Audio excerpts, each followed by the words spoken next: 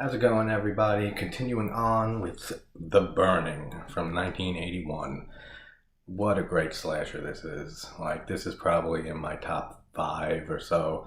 I do have some small gripes with it, but we'll get there. Directed by Tony Maylam. I don't fucking know. It doesn't matter. I've never heard of him again. And then starring with Blue David as Cropsy, and we have some early roles here by Jason Alexander, obviously George Costanza, Ratner from Fast Times at Ridgemont High, and a young Holly Hunter also. And we have the great Tom Savini doing the effects for this movie, which is always a treat to see. He is so brilliant. So we open up at Camp Blackfoot, and some campers try pulling a prank on this guy Cropsy, who was the caretaker there, and supposedly he's a drunk or an alcoholic, and so they want to play this prank on him to get back at him for being a dick, I guess. They never really flesh his backstory out, but so they decide to sneak into his cabin with this skull with candles in the eyes and worms and maggots all over it and stuff, and put it right by his bedside. And then they go back out of the cabin, and then they start knocking on the window, and all of a sudden Cropsy wakes up and he sees this disgusting ass skull with the worms and the fire, everything, and he just freaks out and he ends up knocking it into his bed, which starts a fire.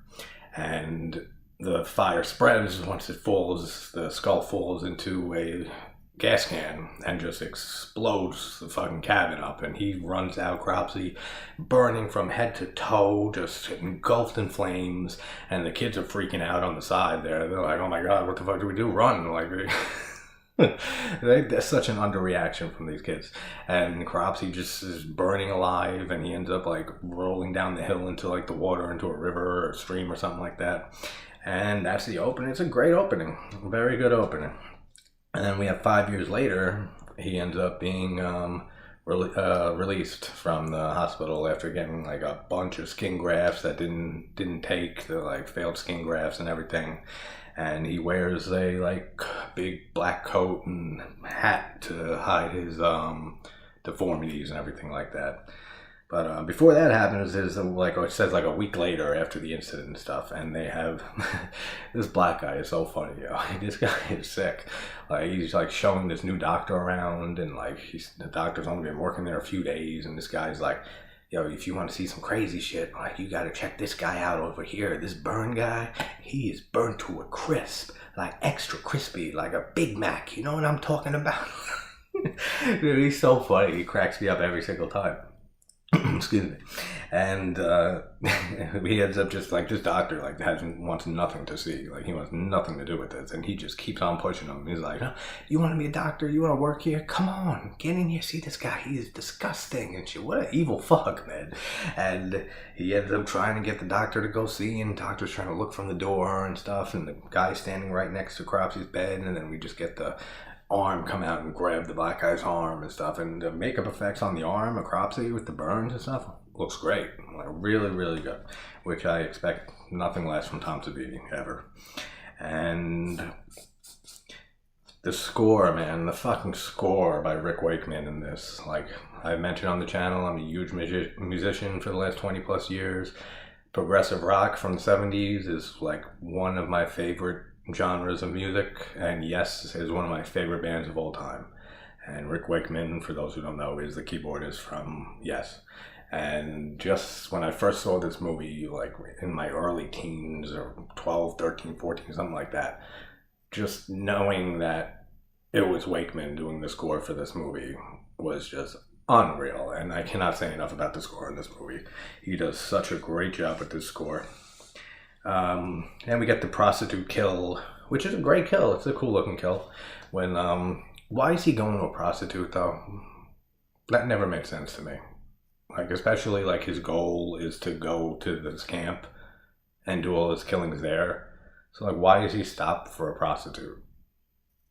I don't know. Maybe I miss something every time I watch this. But it's a great kill. And then he goes up and she's thinking that he's just some John who wants to get laid. And he ends up taking the scissors. We have a flash of lightning and stuff. Looks really cool. And she ends up seeing his face, and she says, you know, like, just please leave, like, leave me alone. And he ends up picking scissors up off the table and stabs her right in the stomach, and, like, great effects, man. And it just, like, her stomach's, like, jiggling as he jiggles the scissors inside of her. And then, like, her neck and head, like, falls back through the window, crashes through the window, and then another flash of lightning, and blood splatters on the mirror. It's an awesome kill. Really, really good. Love that stuff. And then they're playing baseball at this camp. It's not the same camp as the first one. It's like a nearby camp or something like that. I forget the name of it. And God, I love Jason Alexander, man. Seinfeld, it was one of my favorite shows of all time. I grew up on it. Me and my family, my sister, everybody, my grandpa, we used to fucking quote that movie every single day. Still do, like, to this point.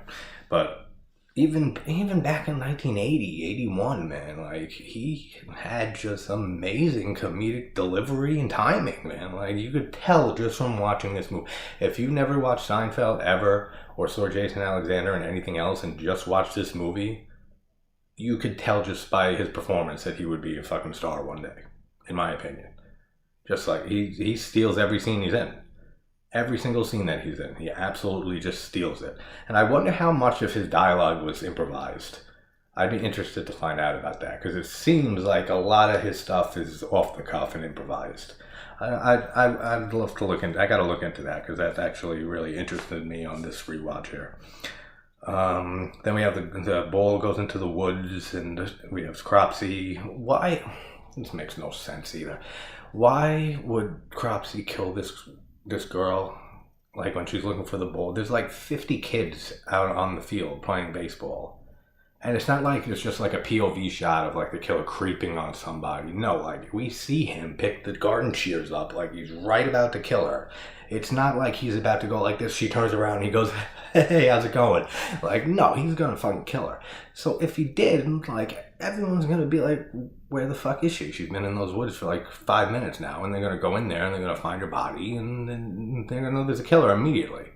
Or he drags the body off, and then they go in there and she's gone, she's missing. And then, like, that makes no sense. Like, there's a few things in this movie that just don't make sense. But again, it's an 80s slasher film, so I just do my own little nitpicking and everything, as you who watch know by now. But that never made sense to me at all. Like, why kill this person? Listen, no nitpick. Why doesn't the cabin have showers? They gotta walk like 30, 40 feet to the showers. It's a big cabin, like the girls' cabin and stuff. It's a pretty big fucking cabin. Like, Sleepaway Camp, the first one, like, the cabin in that's like a quarter of the size of this cabin. They got their own showers in there. Just a weird observation. I don't know, I was looking at the cabin, I said, that's a big-ass cabin, and I see Sally walking out to go to a shower. I'm like, wait, I haven't seen this movie in like a few years. And I was like, wait, why does she walk? She has to walk to the showers? That sucks. Like, especially if you just wake up and stuff, you want to take a shower, you gotta walk outside and go to the showers. And I said, wait a minute, I just watched this whole Sleepaway Camp franchise, and they have bathrooms in the showers. I mean, bathrooms in the showers. Showers in the fucking cabin, and it's like a quarter of the size, the cabin of this cabin. It's huge. That's just a small little observation, nitpick of mine too. Had to mention it. Great pair of tits on Sally. Always good to have that in 80s slasher. Just like any other 80s slasher. And that's when we see Ratner from Fast Times. I forget his name. And it's Alfred, right? Alfred, I think. He's caught spying on her, and he's a little creep. Well, I mean, I just said what great tits she had, but I'm watching a movie, and I'm making an observation. He's in the actual situation, in a movie. He's actually creeping on this girl. So don't fucking judge. Glazer is such a dick.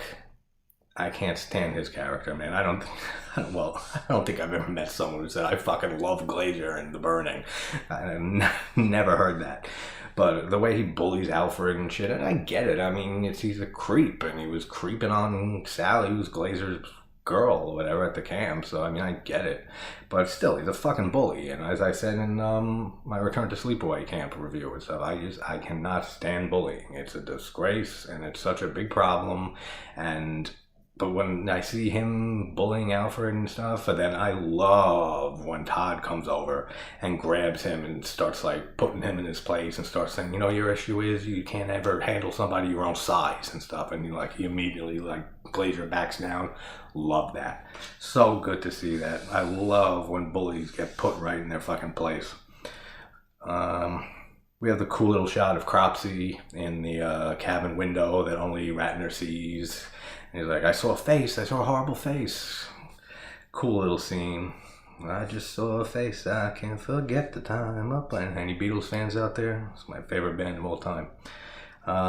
We get another cool scene. This is just a fun scene, and I'll say why. Because when they're all the campers are on the different canoes going on their trip and stuff, and they're splashing each other and stuff, and the banjo music's playing, and they're having fun. Like it's that's what makes the scene awesome. Like there's so many of these camp slasher movies and stuff, like the Friday the 13th ones, and like fucking the Sleepaway Camp one. There's so many others and stuff. Like it just doesn't look like they're having any fun.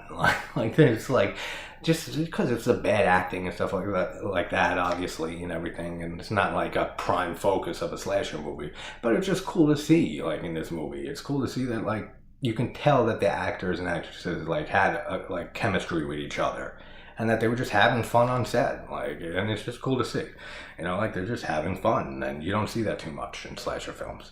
So that was another little observation I had on this rewatch.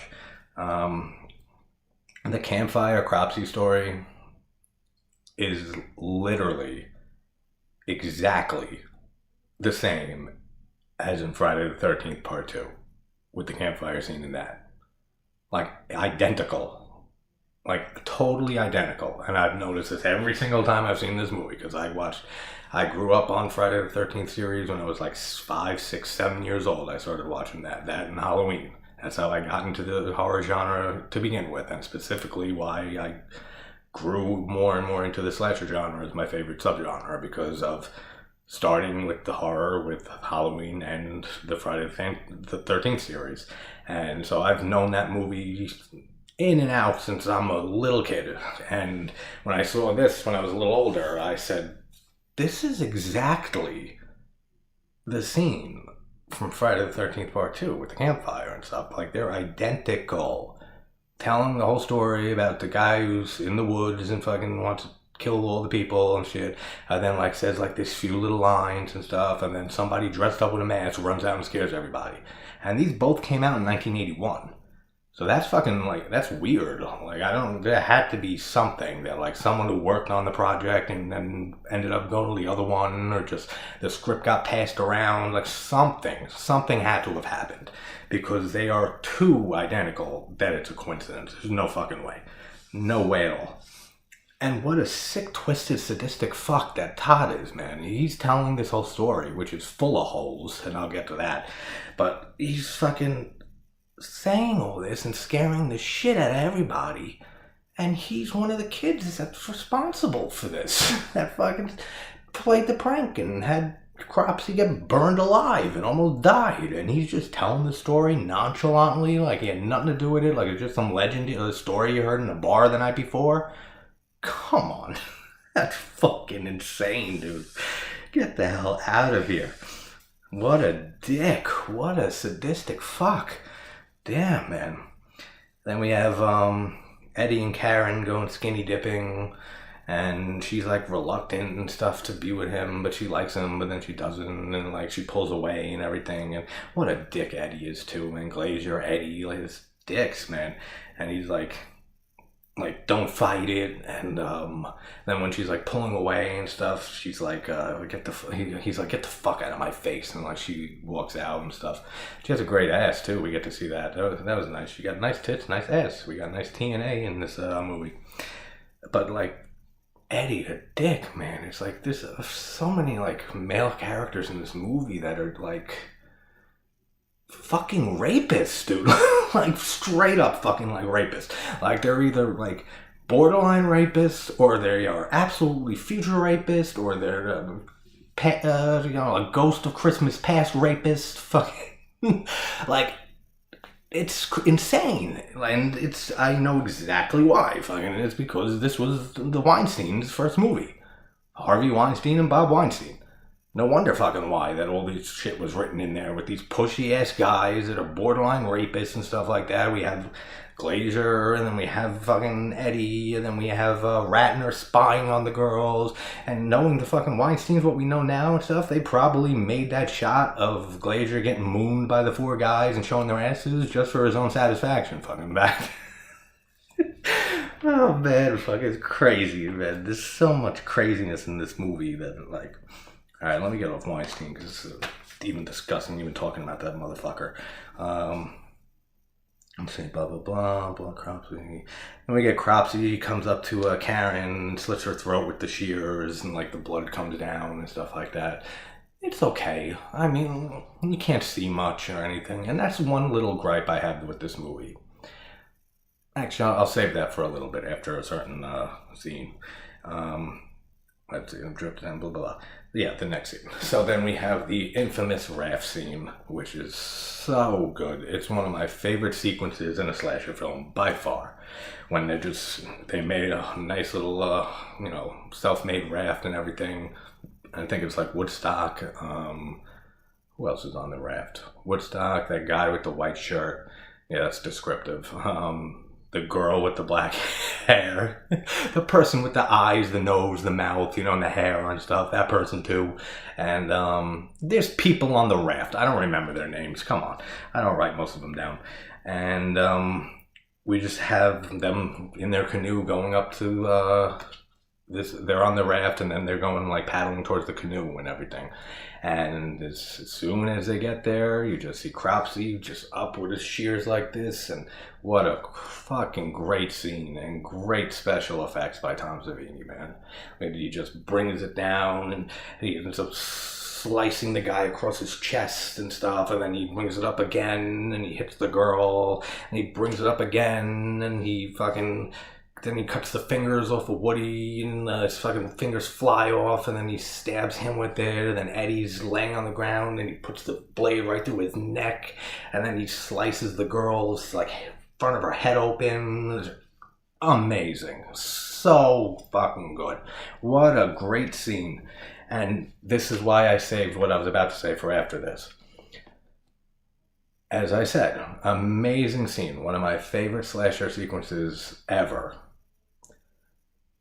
But I feel like they blew their wad on that scene for the kills in this movie. The rest of the kills are not that great, in my opinion. Like, they're not that good. Especially coming from Savini. I mean, they look fine, the effects are good, but like, the inventiveness of the kills, like that raft scene you see, and you're like, holy shit, like, I've never seen anything like this before. But then, like, before that, when we had Karen, when just gets, like, it's stabbed or slit in the neck or stabbed in the neck, and the blood just falls down and stuff, and it's dark, you can't see much, it's like, meh, it's like, that doesn't do much. And then a few kills afterwards are like, it's like good and stuff, and like, I feel like they blew a lot of their special effects budget on that raft scene. And it makes sense. It's so many effects going on in that scene, and so much makeup and prosthetics and everything. So it absolutely makes sense. But that's just like a minor nitpick for me. I feel like they definitely could have had more inventive kills throughout the movie. For sure. Like, I mean, I get, like, his weapon is garden shears, and there's only so much you can do with garden shears. So, I mean, it makes sense that way, too. But, I don't know, it's just a gripe of mine that I've always had with this movie. That is, I feel like, once that raft scene happens, then it just goes downhill a little bit after that. And I know, blasphemy, man, The Burning, it's regarded one of the greatest of all times. And I said, it's probably in my top 5 favorite slashers of all time. It's just a minor nitpick, like, I don't know, just how I've always felt about it. Raft scene, blah, blah, blah. I love when Glazer and Sally are having sex in the woods, and he lasts like a minute and comes too fast, and she's like, that's all? That's funny. And then Sally, like, this is what I'm saying, and Sally's kill is completely off screen. We don't even get to see aftermath of her body or anything like that, because when Glazer goes to lift the sleeping bag or whatever off of her, then he gets killed, which is a good kill. I mean, it looks good. He gets stabbed through the neck or whatever with the shears, and then he gets pulled over to the tree, and he gets hung, pushed and stuck to the tree, while Ratner followed him back and stuff and sees what happened to him. It's a good kill. It's good, but is it like great? No, like not for me. To me, it's not. It's not that great. It looks cool. The effects are fine. I just expect more from Savini, I guess. Like with everything that he did with Friday the 13th and Friday the 13th Part 4 especially, and Maniac, The Prowler, and like all those movies, Dawn of the Dead, Day of the Dead. It goes on and on. But like, I just feel like that raft scene took up a lot of their budget for special effects. I'd have to look into it, but I'm pretty sure I'm right on that. Like, and let me know if any of you agree. Like, if you feel like the raft scene is like the best scene in this movie, and then like the rest of the kills are just kind of like, all right, they're good. Like nothing great or anything. I'd like to see how other people feel about that. Let's see. So she's killed off screen, yeah, with Glazer, said the thing, blah blah. One second, taking a sip of my coffee. Delicious. Just like my water the other night. I love the scene when they when the raft is floating across the water with all the bodies on it, and from the shore, like Michelle and Costanza and everyone are like looking and they can't really see anything. So Michelle goes over and like works her way over to the raft, and then she finds the bodies and everything like that. That's a cool scene. That's a real like creepy, unsettling scene because we know what happened. They don't. So like when we just see that raft floating by and shit, we're like, oh shit, like they're gonna fucking find a massacre on this raft, man. I don't know, that's a cool little scene right there. And I love how, besides Michelle, that Costanza is the only... I'm just going to keep calling him George Costanza, because he will always be George Costanza. Even before he was George Costanza. But he's the only other one. Like, after he waits a minute, he's like, hold on a second. He's like, we don't know what happened yet and stuff. And then once, like, Michelle screams, like, he's the only one to jump in the water and, like, go try to help. He's a great character in this movie. Like I said, he steals all the scenes he's in. His comedy and his comedic timing and everything is just amazing. Like, you could have thrown that version of him, that young version of him, into Seinfeld, and he would have pretty much played just as well as he did that character, in my opinion. Like, he really steals like every scene that he's in this movie for me. Maybe it's nostalgia just from growing up on Seinfeld, but honestly, I always try to like distance myself from nostalgia and try to look, when I look at movies, especially now that I'm reviewing them and stuff, I try to just look at them through brand new eyes and try to analyze them and stuff like that, and look at things that maybe I liked in the past but I didn't like now, or things I didn't like in the past and I really like now, like Insidious. When I reviewed Insidious and rewatched it last week, like, I never disliked it, I never had a problem with it or anything. I thought it was good, but never loved it and went crazy over it. And then I rewatched it last week and reviewed it, and I actually highly enjoyed it, a lot more than I ever did. Do I love it? No. Am I crazy about it? No. But I enjoyed it a lot more than I ever did, and which is always a great thing going into a movie and rewatching and stuff. That's why I love rewatching movies, because you learn something or see something new or every time that you rewatch something, which is awesome. Going back to that raft scene, now that I got the great parts about it out of the way. Fucking, where the hell is it? I don't even know what the fuck happened with it. He's standing on, Cropsy is there. Alright, let's break this down. And then, I know this is ridiculous, but this is what I do. If you have been watching any of my reviews, you know I break down stupid shit. So, they're in the raft going up to the canoe and stuff. First of all, how does Cropsy know that anyone's coming for that canoe? Like, he released like 5 of them, right? We're guessing it was him. It wasn't Karen because she's dead. So he released all the canoes to get them stuck there. So even if he knew they were going to look for the canoes, there was 5 different options that they could have went for. So how long has he been laying down in this canoe, waiting for just some campers to come by. Like, that's so stupid. Then when they get to the canoe, when he stands up and stuff, like every time he goes like this to go down again to attack, it's the same shot. It's the same exact shot, and all the blood and the gore that we get in that amazing scene and stuff, every time it comes back up, there is no blood on those shears. It is like clean as can be, like glistening in the sunlight. Fucking, there is nothing on it. Then you even see the shears like during like other shots of like after he hits someone, or like when it hits it just like doesn't hit anyone, but it sticks to the raft, like the wood of the raft.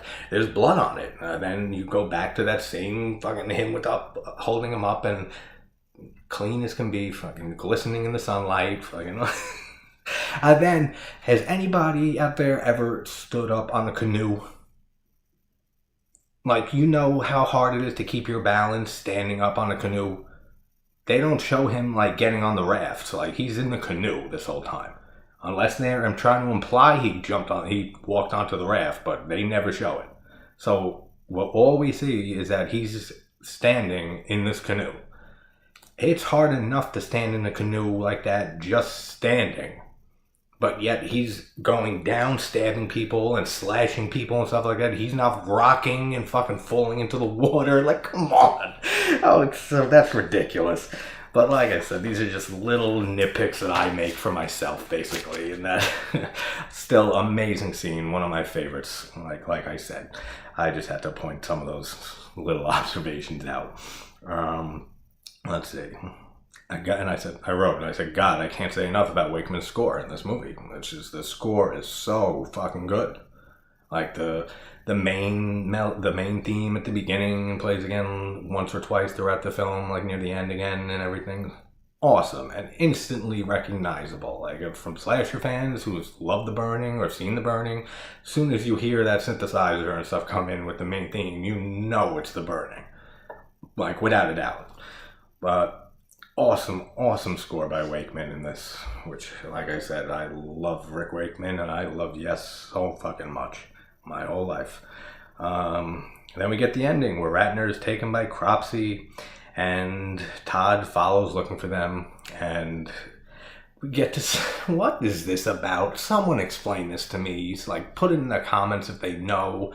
What is this about? This, when he's like, Todd's trying to find Ratner and Cropsy and stuff, and he has the cart, like the mine shaft, like the mine fucking, you know what I'm talking about, comes down, almost hits him, and he falls to the ground, and he takes way too long to just like, and he starts running like along the tracks instead of just move over and it'll slide past you. I don't know. And then we see this shot of the girl, like some girl, can't even tell who it is, who's dead. And it's just a picture. Like, it's literally just a still picture. It's no video, nothing. It's just like fucking... It's like this. And then it cuts away, and like it goes and shows it again, and you just see a picture. Like, what is that about? Like, please, somebody tell me if they know. Like, I don't read a lot of behind-the-scenes stuff. Like, I will if something's really bothering me, like with Sleepaway Camp the other day when I was doing the first one earlier this week or whatever, and with the mustache, that stupid fake mustache on the cop at the end. And I said, I was bothering me so much on that rewatch. I said, I have to see, I gotta know, like, what happened with him. Like, what happened with that mustache? And so I looked it up on IMDb, and they actually mentioned it and everything. I got my answer, which I was pretty much close on. But this makes no sense to me. Like, they just have a still picture twice. What happened there? Like, why even put that? Like, we didn't need to see this girl's body at all. I don't even know who she is. I can't even remember who this bitch is. They could have just not put those in at all, and the film wouldn't have missed a beat, 1 second, like one bit. I don't know, man. Just another observation. And I've seen that so many times watching this, and I've heard so many people talk about it too. So it's widely known and stuff. So there's got to be an explanation out there. I just never sought it out. But after that stupid picture twice, Cropsy has his flamethrower going after Todd. And then we have the reveal that Todd was one of the kids who got him burnt alive and played the prank on him. And like I said earlier, that I'd get to another point. Here's why this makes no sense. Now, they try to portray or imply, at least that's how I've always took it, that Cropsy knows that Todd is one of the kids that played that prank on him and got him all like completely burnt almost to death. That's why he's coming after him with a flamethrower. It's symbolism that he got burnt up by them and stuff, and he's going to burn the shit out of him alive. That's how I've always taken it. So, there's no fucking way. First they say that this guy was a complete alcoholic. He was drinking like 2 bottles of whiskey a day. So he was passed out at the beginning of this movie. Which doesn't even make sense when they knock on the window to wake him up. If he's that bad of an alcoholic that he's drinking 2 bottles of fucking whiskey a day, he is passed drunk the fuck out. He ain't waking up from a few knocks on the window. You gotta get a bullhorn like right up in his ear and just like multiple times probably. He still probably wouldn't wake up. But let's throw that out the window and stuff. So he wakes up and he knocks this thing over and he lights himself on fire. The whole place goes up ablaze. He is in flames from top to bottom, and he runs out of his cabin, and the kids are standing by and stuff like a few feet away, and he's gonna look over and be like, oh, that's Jimmy, and that's what's his name, and then Todd, and remember who these kids are? Come on. That makes no sense. Your lizard brain and survival instincts the only thing that you would be thinking of engulfed in flames would be like, find water now. Like, that would be the only thing on your mind. Find water. I have to get to water now. That would be it. Like, there's no looking around and surveying, making thoughts and opinions on what's going on around you and who's there and stuff like that. None of that makes any sense at all. Like, this whole reveal about Todd being one of the kids doesn't make sense either, because, like, he was a kid. Like, now he's older and shit. Like, he doesn't look the same. He doesn't look like he was as a kid. None of that. Like, it's...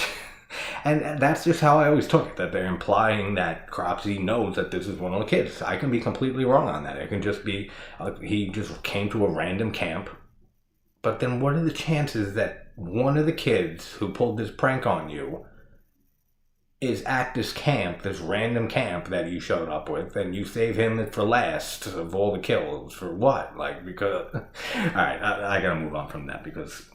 it's getting a little long and I'm almost done. But none of that makes sense to me. Ever did. Never did. So he has Ratner tied up. And then Cropsy looks so fucking great, man. Like the effects and makeup and stuff Savini did on his face and everything. The burn marks and everything. Just his face all fucked up. Looks so cool, man. And I love the shot when like Todd's trying to hit him with the axe and he dodges it twice. He goes like, doom, like that. I love that shot. That is such a great shot. What a cool shot that is. Then we have Ratner stabs him with the shears in the back, like the back or the shoulder or the neck or something like that. And we see helicopters arrive at the camp and stuff, so they're coming to, save the survivors. Then we think it's over, but then, like it never is, Cropsy jumps Ratner, and Todd just axes him right in the face, man, and it looks sick. It looks so good. Such good effects. Awesome. And then Ratner just picks up that flamethrower and just burns him the fuck up again, and we get this awesome shot again of just him just engulfed in flames and everything. Then we get the little campfire ending again when some other campers are there and some other guys telling the story, and then says those same words like, don't something, or he'll see you, don't breathe, he'll hear you, and don't move, you're dead. And then it just cuts in the end. Such a good movie, such a great slasher movie. Like I said, all the little things I pick apart, like if anyone who's watching that hasn't seen my channel or like seen other things, it's just a hobby of mine. Like I just love picking movies apart and just making stupid observations and being like, this doesn't make sense, or why would they do this? And it's just a hobby of mine. I've been doing this my whole life. Every time, that's how I watch movies my whole life. I just love just picking shit apart. I don't know, it's like, it's fun for me. But what a great slasher film. Like I said, probably in my top 5. Like, definitely in my top 5. It would probably be number 5 if I had to say. It's definitely not high up in my top 5. But What a great movie, man. And what a shame that this has never got a sequel. That we never got to see Cropsy again. We got like fucking 10 million Friday the 13th sequels with Jason, but we never once got a fucking Burning sequel. That is a crime. So I am going to pop in Blood Rage next. Blood Rage or The Prowler. One of them. So it's going to be either Blood Rage or The Prowler. And I'll have that up in a few hours or something like that. So thank you guys for checking in again, and I will see you guys soon with some more 80 slashers. Take care.